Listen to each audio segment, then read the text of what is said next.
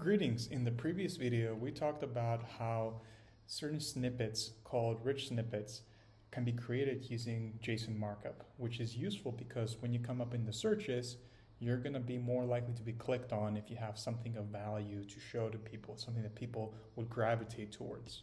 So JSON markups, definitely worth it.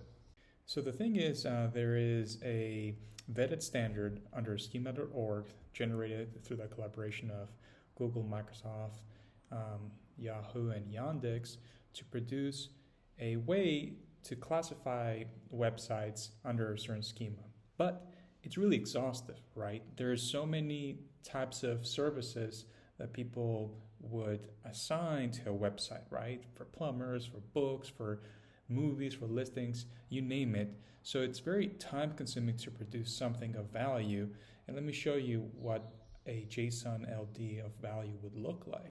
So over here, you see a markup, schema markup for my website, findleads.agency, and specifically for the schema markup tool page, because each of your pages needs to have its own JSON-LD to adequately describe it, right? Such that when you search for something on the web, on Google specifically, you would get then potentially a feature snippet that corresponds to that page. Like in this example, I mentioned, obviously my contact information right here, but also a video object, which is a tutorial showing how you would use this tool.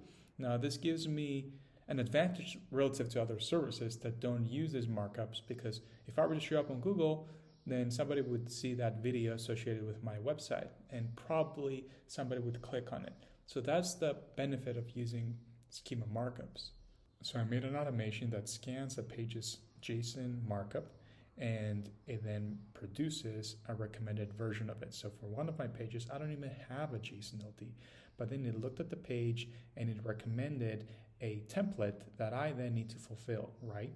So this template is going to save me a lot of time because all I'm going to need to do is fill in the corresponding information that's missing. I have some placeholders here, such as the URL for my logo, which is something that everybody should have in their root folder of their website, the contact information, which is something I need to provide. But overall, the work has been done, right?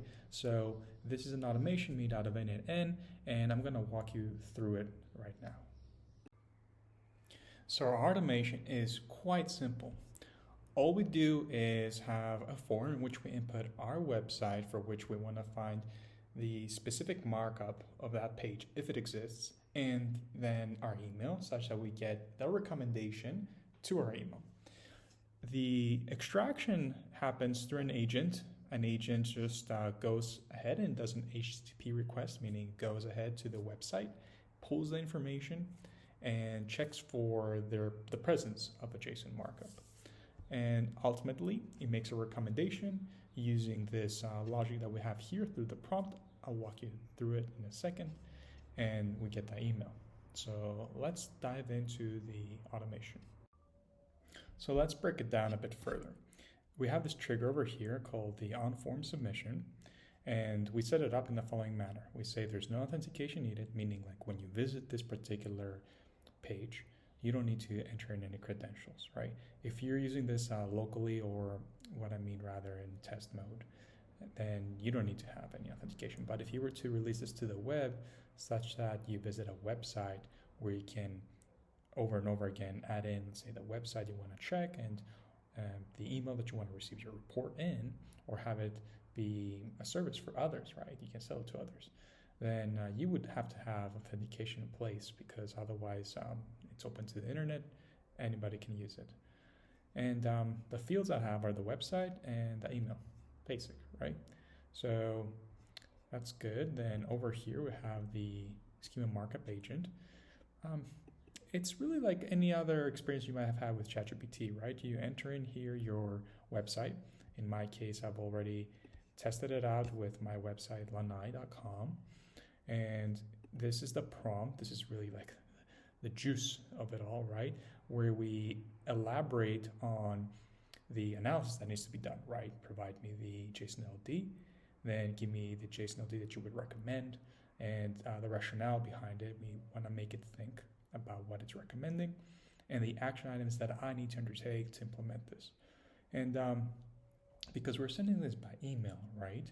We want it to be formatted through HTML with HTML and CSS such that we get a really presentable final product. We'll see it in a minute. We have the model, which is the foundation here, and I recommend you keep it as Gemini 2.5 Flash Preview. It's smart and cheap enough. Enough said. And the HTTP request is one of the tools. And again, the only thing it really does is it goes to the website. Okay. And the code over here is such that fetches the schema, right? When you visit a website, you need to have a headless browser do some scraping in this case, right? It's not enough for you just to visit it. And this is what this JavaScript does. It's just the old tried and true way of scraping. And finally, we need to give this output a certain structure. We need to make sure that the agent, the model here, always follows the structure. Otherwise, you're not going to get the consistent outputs. And I'm using this auto-fixing output parser because I've noticed that it's one of the more complicated, let's say, structures to request from an agent. Therefore, it's better for us to say, you know, this is what we want, but please make sure it follows the structure, and if it doesn't, just fix yourself up, right? And lastly, just a node in which we connect to our Gmail, and it's a send operation. I'm sending to a certain address, the one I submitted earlier in the form, the subject, and finally the message, which comes from the LLM agent. And that's it. So let's go ahead and test it out.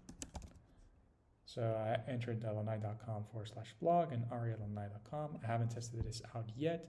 Let's see what it says.